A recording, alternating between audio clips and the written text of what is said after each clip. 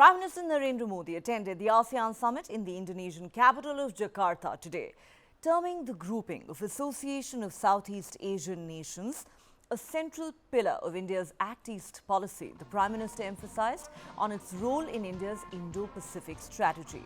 He underlined India's full support for ASEAN centrality and called for ensuring a free, open and rules-based Indo-Pacific.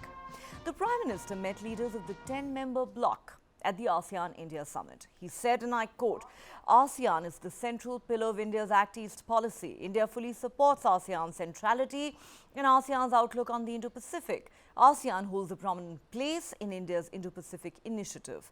Last year, we celebrated the India-ASEAN Friendship Year and elevated our relationship to a comprehensive strategic partnership.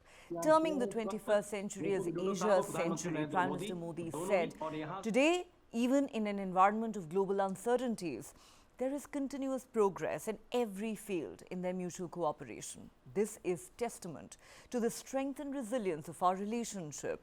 The theme of this year's ASEAN Summit is ASEAN Matters, epicentrum of growth. ASEAN matters because here everyone's voice is heard, and ASEAN is the epicenter of growth because the ASEAN region plays a crucial role in global development. He said, Vasudhaiv Kutumbakam, one earth, one family, one future. This sentiment is the theme of India's G20 presidency as well. The 21st century is Asia's century. It is our century. For this, it is necessary to build a rule-based post-COVID world order and all efforts for human welfare. He said, the progress of a free and open Indo-Pacific and elevating the voice of the global south is in the common interest of all. I believe that these discussions will lead to new resolutions for strengthening the future of India and the ASEAN region. Our partnership is entering its 4th decade. Our history and geography connect India and ASEAN, along with shared values, regional unity, peace, prosperity, and a shared belief in a multipolar world also binds us together. Now, the Prime Minister's remarks assume significance amid growing concerns among ASEAN members over China's increasing assertiveness in the South China Sea, an important trade corridor in which several member nations have claims that conflict with Beijing's. The term ASEAN centrality calls for the dominant Southeast Asian platform to overcome common challenges and engage with external powers. Prime Minister Modi's strong remarks came a day after China warned against a new Cold War in ASEAN. The Prime Minister said the need of the hour is in Indo-Pacific, where international law applies equally to all countries. The current global scenario is surrounded by difficult circumstances and uncertainties. Terrorism, extremism and geopolitical conflicts are big challenges for all of us. On Wednesday, addressing the summit, the Chinese Premier Li Qiang said, it is important to avoid a new Cold War when dealing with conflicts between countries. He said countries needed to appropriately handle differences and disputes. At present, it is very important to oppose taking sides, block confrontation and a new Cold War, he said. Meanwhile, Prime Minister Modi called for multilateralism and rules-based international order and said these are important to face various global challenges. The Prime Minister also announced the establishment of an ASEAN-India Fund for a digital future aimed at enhancing financial connectivity between ASEAN and India. The question we're asking on Global Lens tonight is, just how relevant is ASEAN on the present geopolitical landscape? Can it counter China's bullying tactics and expansionism? And what does the existence of this bloc mean for today's multilateralism, with many emphasizing on the need for the construct itself to undergo some much needed reform? हमारी history और geography Bharat और ASEAN को जोड़ते हैं। साथ ही साझा values, क्षेत्रीय एकता, शांति, समृद्धि और मल्टीपोलर वर्ल्ड में साझा विश्वास भी हमें आपस में जोड़ता है। आसियान भारत की एक्ट ईस्ट पॉलिसी का केंद्रीय स्तंभ है। भारत आसियान सेंट्रलिटी और इंडो पैसिफिक पर आसियान के आउटलुक का पूर्ण समर्थन करता है। भारत के इंडो पैसिफिक इनिशिएटिव में भी आसियान क्षेत्र का प्रमुख स्थान है। पिछले वर्ष हमने भारत आसियान फ्रेंडशिप ईयर मनाया और आपसी संबंधों को एक कॉम्प्रिहेंसिव स्ट्रेटेजिक पार्टनरशिप का रूप दिया। योर मैजेस्टी, एक्सेलेंसीज, आज वैश्विक अनिश्चितताओं के माहौल में भी हर क्षेत्र में हमारे आपसी सहयोग में लगातार प्रगति हो रही है। इस वर्ष की आसियान समिट की थीम है ASEAN matters, epicentrum of growth. ASEAN matters क्योंकि यहां सभी की आवाज सुनी जाती है, और ASEAN is epicentrum of growth क्योंकि वैश्विक विकास में आसियान क्षेत्र की अहम भूमिका है। वसुधैव कुटुंबकम, one earth, one family, one future की यही भावना भारत की G20 अध्यक्षता की भी थीम है। योर मैजेस्टी, एक्सेलेंसीज, 21वीं सदी एशिया की सदी है, हम सबकी सदी है।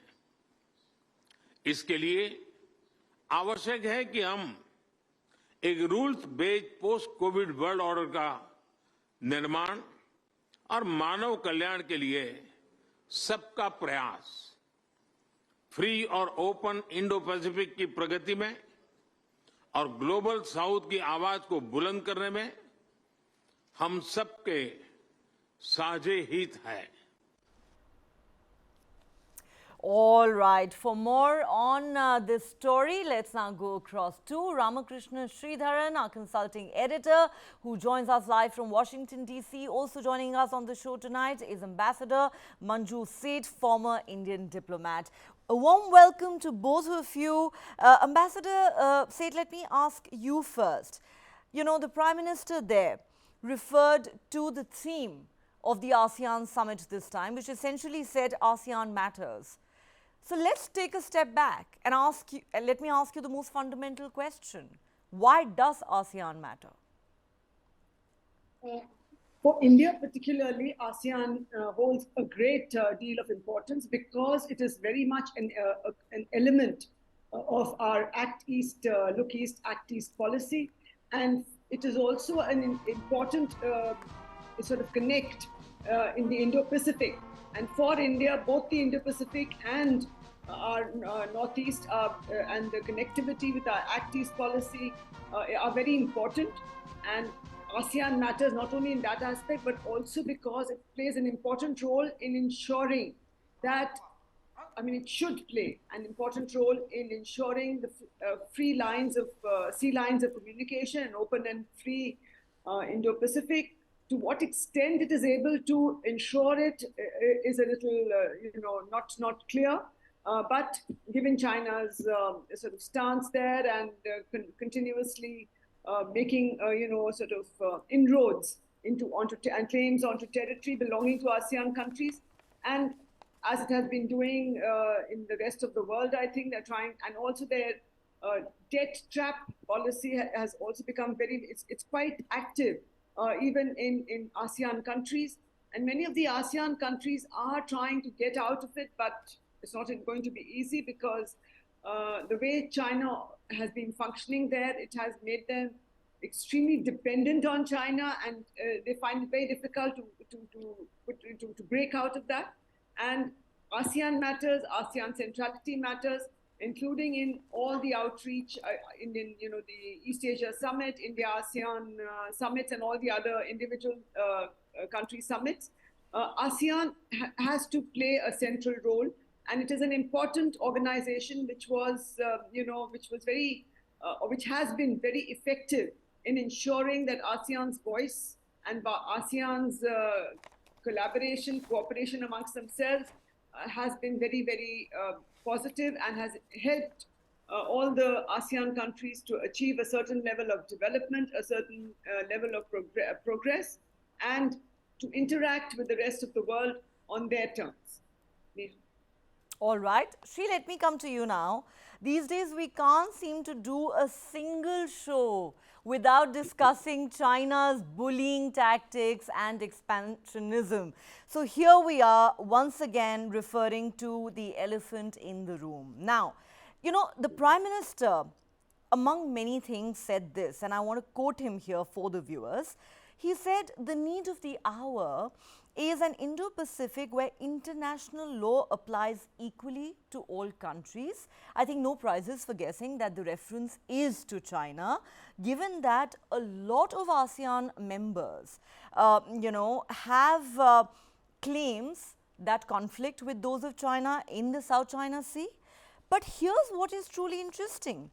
The Chinese premier who represented his country at the ASEAN summit said, at present, it is very important to oppose taking sides, block confrontation, and a new Cold War. What exactly is he referring to here? Well, Neha, when our Prime Minister talks about the need for a world order which is rules-based, especially in the post-COVID world, his messaging has been very consistent. And unfortunately, the repeat offender, is China. Even in this case of, let's say, the South China Sea, where China has laid claims on large parts of territorial waters based on its historical, claims.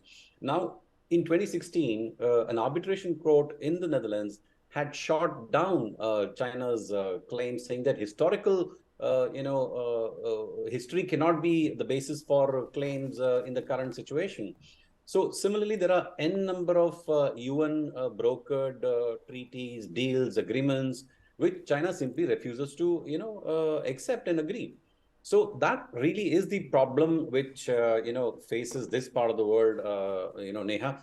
And the unfortunate bit for ASEAN countries, as they mull their own relevance, does ASEAN matter? As they grapple with that question, they have to contend with the fact that as far as their trade, the economic livelihood, their future, their day-to-day, earning of bread is concerned, China is extremely important. China, for most of them, is the biggest trading partner, the most important partner. But, for everything else, for their own territorial security, their integrity, they need someone like a US to stand by them. Now, if ASEAN was, effective in what it was, set up to do, then we probably wouldn't need something like a Quad to come up, which basically puts ASEAN at the center. If you look at the geographic spread of the participants of the Quad, you have Australia in south, there's Japan to the east, India to the north, and US to the west. So you have ASEAN sitting in the middle of all these four countries. Now, there are two big problems which ASEAN grapples, Neha, as it contemplates its own relevance. One is the consensus-based mechanism on which its constitution is built. And second, the other policy of non-interference. So which is why issues like the South China Sea problem and even something like a Myanmar problem is not being solved by the ASEAN framework, because the mechanism of the ASEAN membership is not built for such a resolution. So I'm not sure how effective or, it's important. I'm not saying that ASEAN countries are not. They're extremely important, which is why probably there's a need to evolve a framework, a mechanism where ASEAN is able to work better with countries like India and US. And therefore, this whole rules-based, world where countries work within the framework of large multilateral institutions and respect that happens. I'm very glad you brought up Myanmar, because I, in fact, wanted to raise a question on this very aspect. So let me go back to Ambassador Seth at this point. Ambassador Seth, ASEAN is a 10-member alliance or bloc. It represents over 650 million people and collectively boasts of the world's 5th largest economy. Now, if you look at those numbers, you would think, of course, this is an important grouping. However, as has been pointed out by Shri, here lies the rub. Former Indonesian Foreign Minister Marty Natalegawa acknowledged during the ASEAN summit that the grouping is actually struggling to convince world leaders that it deserves to play a central role in the region. These are his words. And he talked about how ASEAN's emphasis on unity and non-interference sometimes hinders its response to internal crises like the situation in Myanmar that Sri just referred to. And therefore, one is constrained to ask, are there not some question marks hanging over the relevance of this grouping? I wouldn't put it as a question mark, but yes, it does hinder their full effectiveness in achieving what they set out to do. And especially in the case of Myanmar, I think it has become, though they did try, they did send there was the UN, I'm sorry, ASEAN emissary was sent, and they tried to make some kind of have a dialogue with Aung San Suu Kyi and others, and to find a resolution to the issues there. But I think it was not effective because Myanmar, I think Myanmar's approach has been that it wants to be part of ASEAN, but wants to chart its own course and doesn't want to really have any pressure put on it, because it feels that ASEAN is also acting under pressure from the US and from the other countries. So I think that is another issue which has hindered full potential, achieving full potential by the ASEAN grouping in all its ambitions and its objectives. But it is not, we cannot say it is irrelevant. It is, as mentioned by Mr. Sri also, it is a very important grouping. It is at the center of, of the Indo-Pacific, and Indo-Pacific strategy has to take into consideration the ASEAN countries. So its relevance is very important for the rest of the world, and even for themselves. The fact that they've been together for so long and have a vision for their, moving forward, a vision to achieve certain level of progress, certain level of, prosperity and economic growth, which they're already the 5th largest grouping. But at the same time, they understand the constraints, and I think it will be not very easy for them to overcome these strains, and they have to sort of emphasize and define their objectives and make themselves more effective in resolving intra-ASEAN matters as well, and not ignore them or not let them fester. Okay. Shri, let me come back to you. Now, the Prime Minister said that, ASEAN is a central pillar of India's Act East policy and emphasized, understandably, on its role in India's Indo-Pacific strategy. So, I could ask you to put this into perspective for our viewers. Why is India's relationship with ASEAN important? And can ASEAN really counter China's hegemony? Even though the Prime Minister has said that international law needs to apply equally to all, and as I said earlier, there are conflicting claims in the South China Sea between China and some of the other members of ASEAN. But ASEAN, is it really in a position to do that? How do you look at it? Right. So very simple, Neha. ASEAN is important for us, not just from an economic trading point of view, but also geopolitically. It is very much part of the global South voice that Prime Minister Modi himself has championed at multiple fora, including BRICS, including G20. So we do see, India does see ASEAN countries as our very, very important strategic and economic partners. There is no doubt about it. Now you ask me the question of whether ASEAN countries themselves can stand up to China. I don't think so at all. That's going to happen, Neha, because even countries which are directly being impacted by China, they are struggling to make their voice heard for the reason that I mentioned, which is that they're overwhelming dependence on China for everything economic. So they have to walk the line very carefully. And if you read the statement and the speech made by the Chinese Premier Li Qiang, it's very clear. He's saying that as long as you guys don't, align with some powers, then, China will allow peace to be maintained in this region. Now, that's almost to my mind, the way I read it is, it's a veiled threat. He's literally telling them that, you guys stay out of this. This is a fight that's happening between, China and largely US, and then maybe a power like India. So China is like dismissive essentially of these countries. It has repeatedly, provoked them. Philippines, for example, has been at the receiving end. They have problems with Malaysia. So every country has an issue with China in that region. And China is just not willing to play ball. And as long as that situation prevails, Neha, I don't think it's possible for these countries. It's realistic on their part for them to stand up to China. China is a giant. It's it's a military superpower, the second most powerful, economically. It's not possible for these guys. So they need the support of someone like a US, someone like an India, to be able to at least have a chance, of getting some sort of fair treatment, and the weight of multilateral mechanism, institutional framework to be brought to their equation with China. Well, I certainly agree with you there that, it is very difficult for these relatively smaller nations to take on the might of a country like China.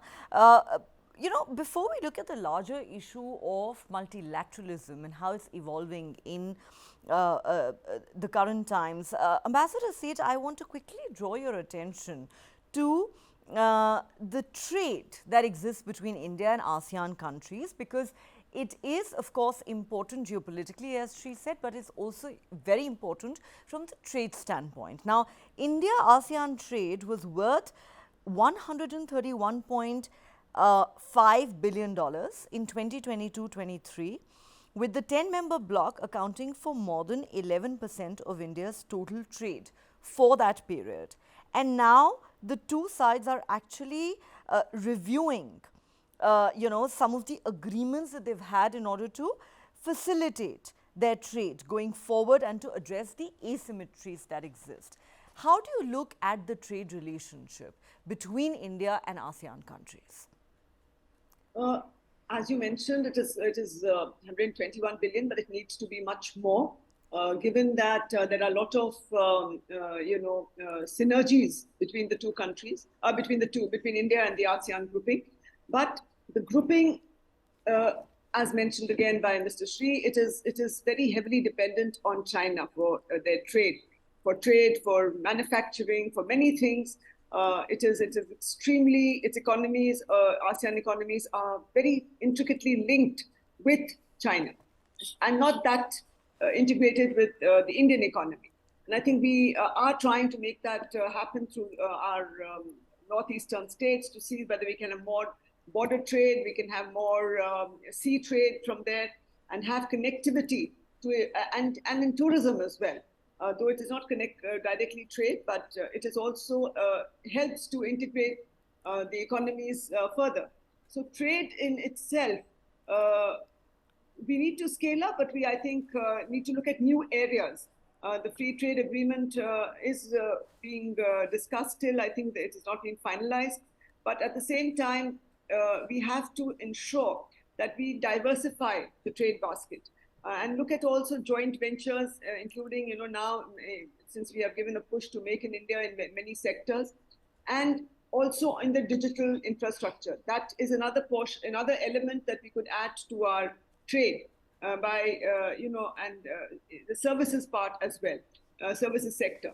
So there is a lot of scope, but it needs to be leveraged by both sides and to be enhanced by both sides. In fact, Prime Minister Modi has announced the establishment of an ASEAN-India Fund for Digital Future, which is aimed at exactly what you're referring to, enhancing financial connectivity between ASEAN and India. But Shri, would you say we have a long way to go as far as, breaking this China monopoly is concerned? The kind of integration that exists currently between these countries in China economically in terms of trade. We do have a lot of ground to cover there, don't we?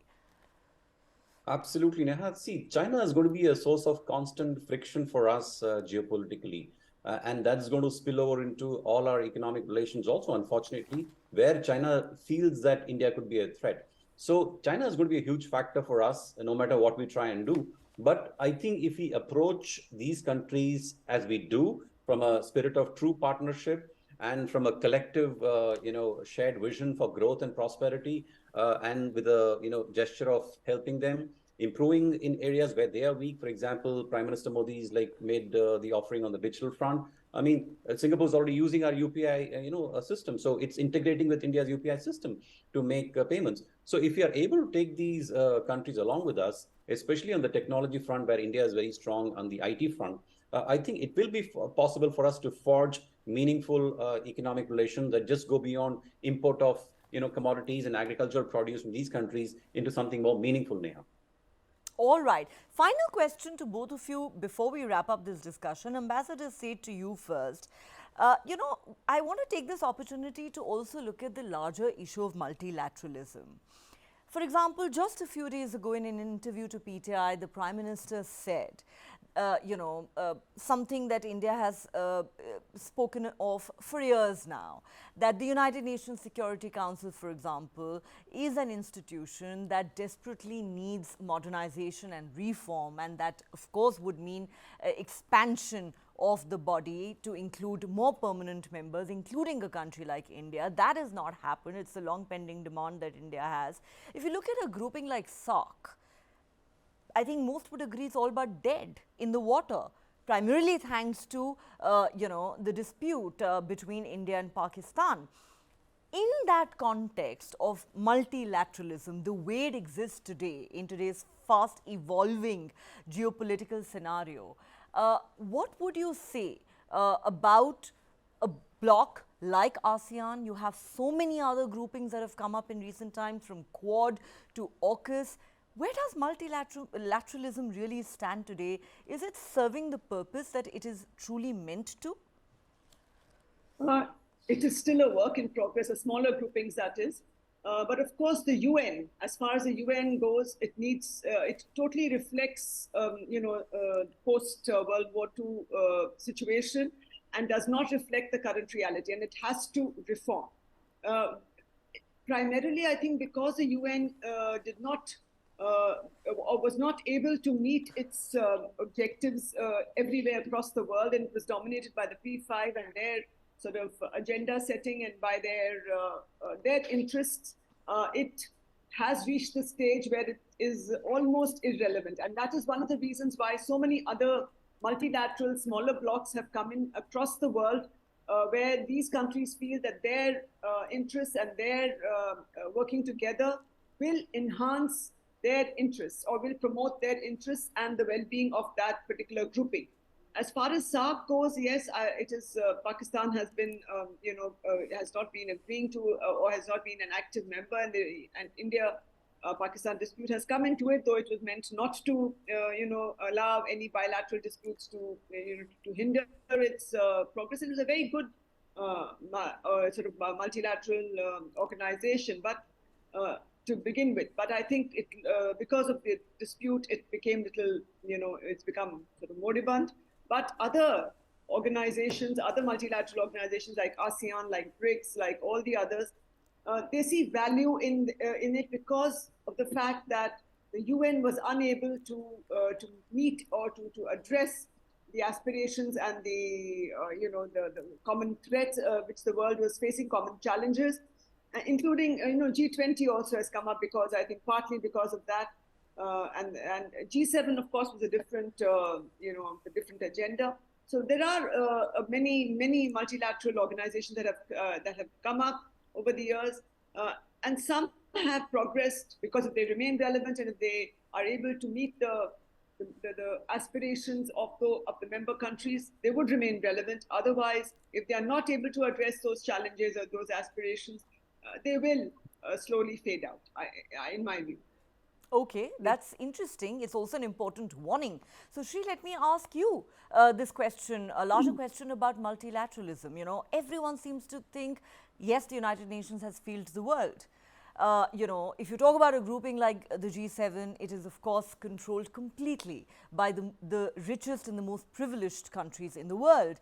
SARC, like I said, is all but dead in the water. But then you have a BRICS, you have a G20. India is set to host the G20 summit this weekend. We've just had ASEAN in Indonesia. There are other smaller groupings such as Quad and AUKUS that have come up just in the last couple of years. The question is, are these multilateral forums, according to you, serving the purpose that they're meant to? So, Neha, what's happening is that the world is changing very rapidly. And unfortunately, the multilateral institutions that we have set up historically haven't reinvented themselves to keep pace with these changes.